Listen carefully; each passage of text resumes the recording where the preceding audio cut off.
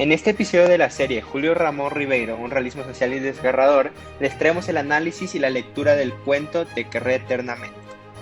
Julio Ramón Ribeiro, nacido un 31 de agosto de 1929 en Lima, Perú, y murió el 4 de diciembre de 1994, fue un destacado escritor peruano y considerado uno de los mejores de su generación.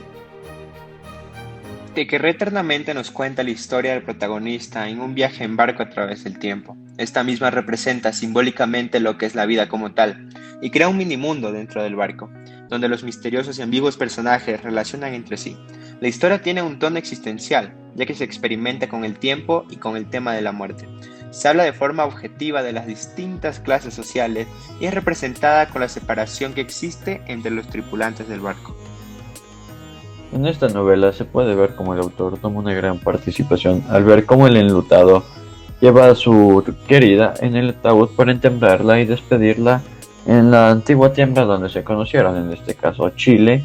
También se ve como el marinero tenía un tatuaje dedicado a su antigua amada que ahora fue su único recuerdo.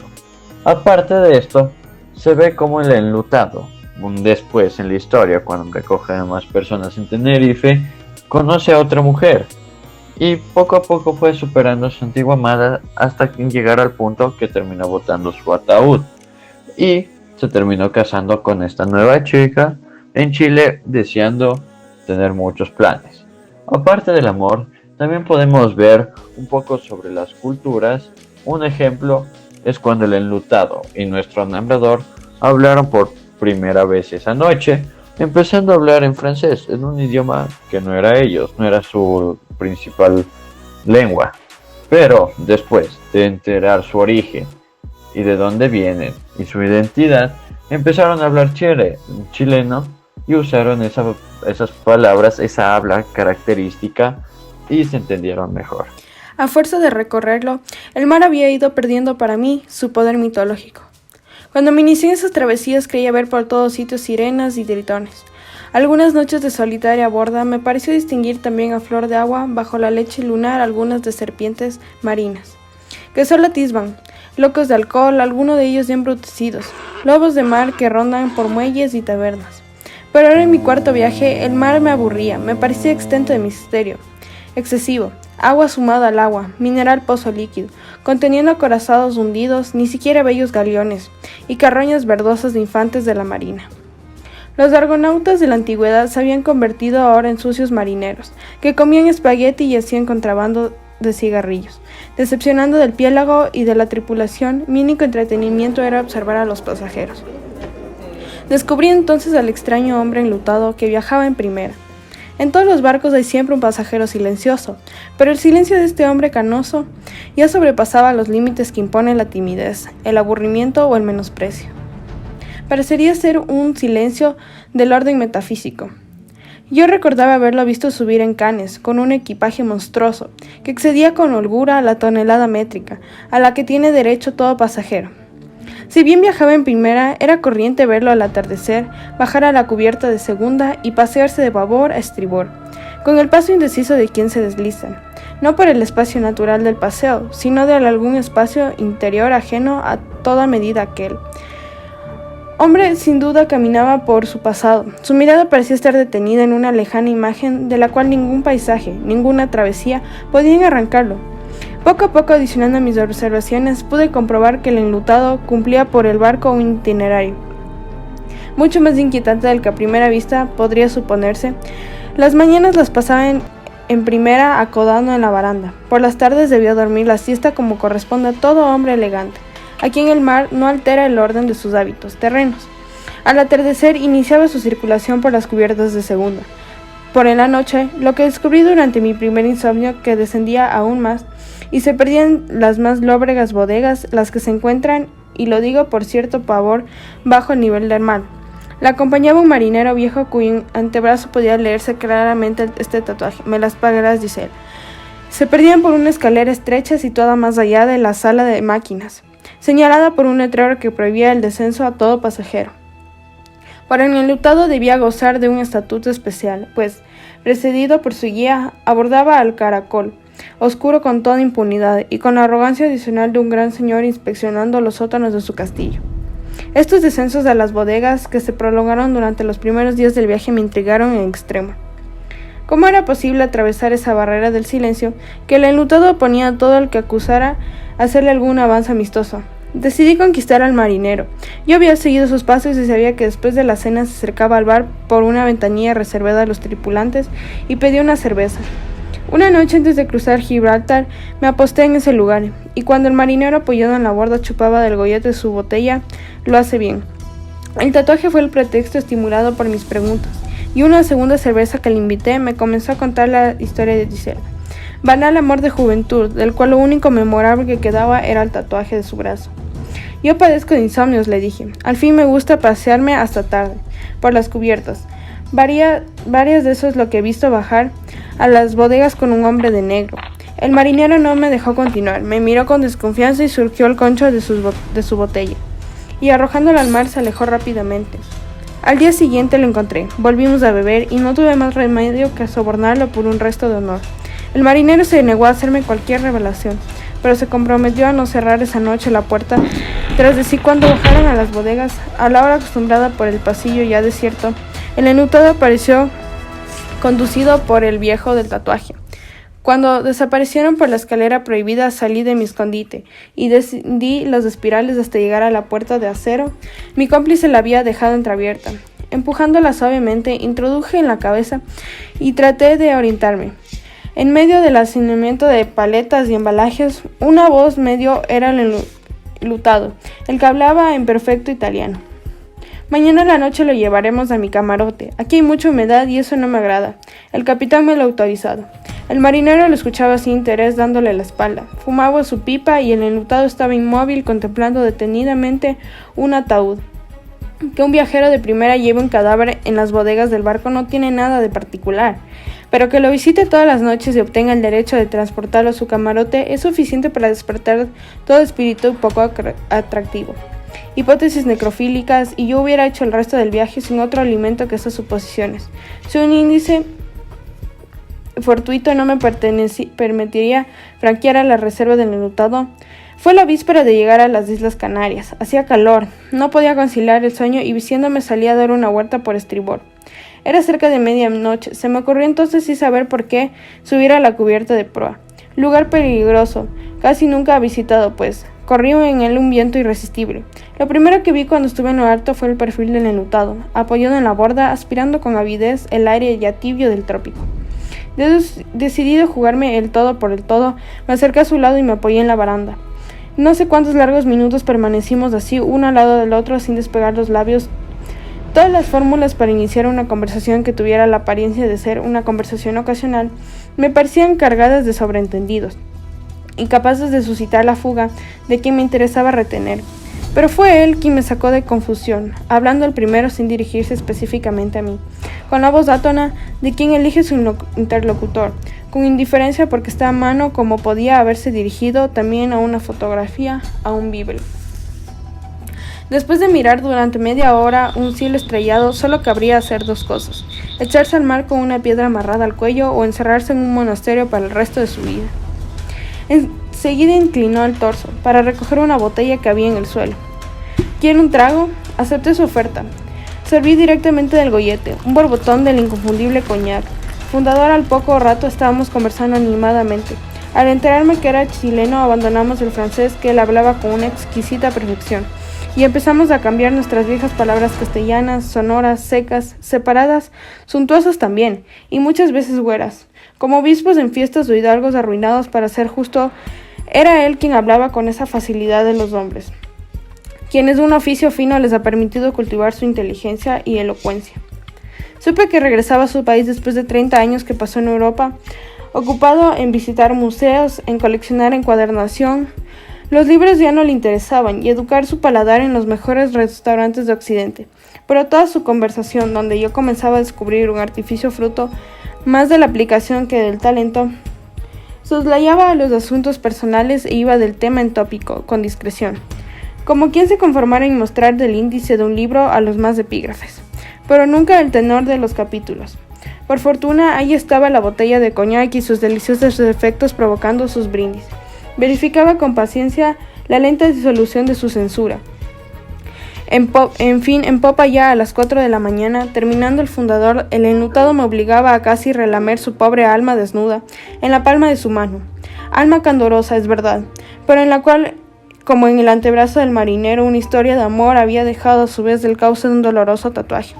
¿Quién era Alicia? No lo sé bien, solo recuerdo porque a fuerza de beber mi atención, se relajó que me habló apasionadamente de un gran amor, pleno de comprensión y de talento. Aquellos que explican la vida y la perdonan, irregular como todos los grandes amores, prodigador de dicha amargura, y se marchó irremediablemente hacia una catástrofe terminal. Después de haber vivido 30 años juntos, Alicia se había muerto. Y ahora, sin estímulos, ya deshecho, el enlutado regresaba a su país a enterrar a su amante y a morir. Nos conocimos justamente un 15 de marzo, como hoy día. Por eso es que me he emborrachado a la mala como un vaporino. Me da vueltas la cabeza. Ahora voy. Discúlpeme. Y sobre todo, no se extrañe si al volvernos a ver no le dirija la palabra. A raíz de ese diálogo dejé de verlo. Llegamos además a las Canarias. Bajé del puerto y como cada vez que pisaba tierra me pareció mudar de piel, de preocupaciones e iniciar una existencia diferente en esa vida en miniatura, que es un barco. Cada escala tiene el mismo valor que el paso de las estaciones o la iniciación de los grandes ciclos vitales. Atravesamos Atlántico. La Cruz del Sur apareció en el cielo, lo que nos permitió comprobar que penetraba al fin mis jardines siderales. Había subido nuevos pasajeros en Tenerife, con los cuales era necesario definirse y amarlos u odiarlos por un cigarrillo ofrecido, o la semejanza en el color de una camisa. Además, muchos de nuestros problemas sexuales se iban agravando, y muchos de nosotros comenzamos a sufrir una psicosis de embellecimiento. Mujeres que al embarcarse con nosotros nos fueron anodidadas, parecían florecer a medida que duraba el viaje. Sus rasgos se reordenaban, sus senos se erguían, sus cuerpos se hacían lánguidos y provocativos, sus miradas plenas de misterio y sus palabras resumaban la piel de una seducción desconocida. Yo incluso comencé a encontrar voluptuosa, turbadora, la jiba de una pobre joroba. A pesar de esas distracciones no dejaba de inquietarme la desaparición del enlutado. En vano espiaba a veces a las cubiertas de primera con la esperanza de distinguir su tormenta silueta. ¿Estaría enfermo? ¿Se habría recluido en su camarote con su muerta? Presa de un exceso de misantropía, la única forma de confirmar esas suposiciones sería subiendo a primera, pero a bordo las clases son tan exclusivas como en tierra, y yo no podía aspirar a una breve incursión por las altas esferas sin ser expulsado por los porteros, o peor, aún acusado de arribista.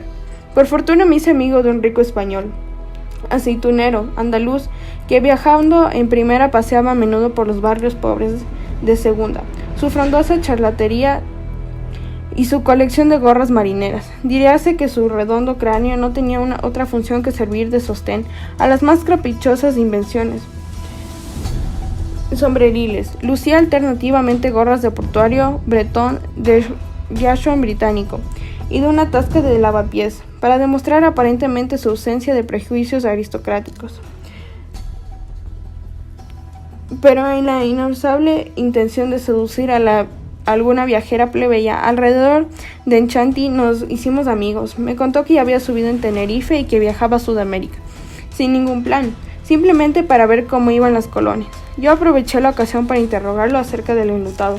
Un hombre de negro en primera solo viajaba en 15 personas. Desde que subí me hice amigo de todos, pero estoy seguro que no viajaba nadie en luto. Mi Olivero tenía razón contra el mareo. Tenía razón, porque la misma noche de esa revelación, al visitar el servicio médico para pedir unas pastillas contra el mareo, distinguí al enlutado en un corredor. Llevaba una elegante camisa roja y un pañuelo de seda. Envolvía el cuello al verme medio en la espalda, y desapareció deprisa por una escotilla. A mitad del Atlántico se celebró la fiesta ecuatorial. Yo conocía bien esas fiestas absolutamente ficticias en las cuales se elige a un rey Neptuno y a una corte de deidades marinas. Los primerizos en estas travesías son bautizados simbólicamente y embadurnados con la base. Todo esto a la postre resulta grotesco y aburrido, pero si resolví intervenir por lo menos como espectador fue porque estas festividades favorecen una efímera promiscuidad de cubiertas en la cual sería inevitable tropezarme con el enlutado. Por supuesto que el Olivero andaluz fue elegido rey Neptuno. A mediodía, precediendo por música, los platillos recorrió el barco, envuelto en una sábana blanca, coronado con pámpanos postizos y blandiendo un cetro de cartón dorado, lo siguió una decena de deidades, entre los cuales sin embargo se notaba la presencia de una mujer cuarentona, cuya elección debía de haber sido el fruto de un vergonzoso avenimiento. El cortejo marino anduvo de un lado al otro, haciendo escándalo y sembrando un júbilo conmovedor. Toda la población del barco, incluidos los tripulantes, seguían sus huellas. Hasta el accesible capitán se dejó bajar de su puente y como súbdito más, pero con el uniforme lleno de medallas, se subió al séquito. Y en las primeras filas de la caravana, dando saltitos y aplaudiendo, percibía el enlutado de blanco, esta vez pues deportivo con sus sandalias, frenético bajo su gorra, adherido al cortejo con dos bobos, de los cuales chorreaba el agua del embeleso. Durante el almuerzo hubo pollo espumante, helados de chocolate y una embriaguez colectiva. Hasta los camareros, tan seguros en mar movido, transillaban entre las mesas y echaban del menestrón en las faldas de los viajeros. Una orquesta amenizaba nuestra gula, y todo el barco parecía una ciudad de locos, viajando hacia algún tenebroso remolino. Más tarde en la cubierta se celebraron estos juegos inmemoriales de la carrera de encostalados, la gallina ciega o la manzana amarrada a una pita. Juegos inventados por soldados o por frailes para conmemorar la terminación de una guerra o el vencimiento de una herejía, y que ahora injertados en un navío, ejecutados por gente de nuestro siglo y usados porque la carta marítima indica un cambio del paralelo, parecían completamente desprovistos de sentido. Mi sorpresa aumentó al grave enlutado. Cuando pidieron voluntarios estuve en primera fila y lo vi llevar entre los dientes una cucharita donde bailaba una bolilla, tratando confundido entre una docena de jovenzuelos de llegar a la meta sin que su preciosa carga se cayera. Todo esto no podía tener sino una explicación, y esa noche la encontré, cuando aprovechando la confusión me deslicé hasta primera para presenciar el baile de los disfraces. Me costó distinguirlo entre tanto mamarracho, pero estaba allí, vestido de Pierrot, bailando con una especie de cetáceo en la cual reconocía a la más vieja de las deidades marinas. A mitad del baile salieron a la cubierta y pasearon cogidos de la mano, trémulos dándose besos furtivos. En la parte oscura lo vi arrodillarse y extender los brazos como si recitara un poema o se declararan alejandrinos, mientras la Ondina, emocionada sin duda, le acariciaría la cabeza con una de sus aletas. El resto de la historia es una infinita trivialidad. El olivero me contó que entre mi enlutado y la jamona que subía en las Canarias había surgido un romance. El senil, como ya los viajeros estaban hartos de verlos reproducir exasperados y penosos los gestos más cándidos de la pasión, el ataúd fue restituido en las bodegas poco antes de llegar a Panamá. El marinero tatuado me informó que, como esa distancia o lo incomodaba el enlutado, había obtenido permiso para arrojar el fertero al mar en Panamá. Los enamorados descendieron para casarse y retornar a Europa, con la esperanza de que tal vez comenzaba para ellos el eterno amor. Fin. París, 1961. Y ahora les invitamos a contestar nuestra pregunta TOC, que es la siguiente. ¿Cuál es el mensaje oculto que el autor nos quiere dejar a través de este romance y de esta aventura amorosa? Y a la vez el impacto que deja a los lectores que están atravesando una historia romántica. Esperamos que haya sido de su agrado, les agradecemos por su atención.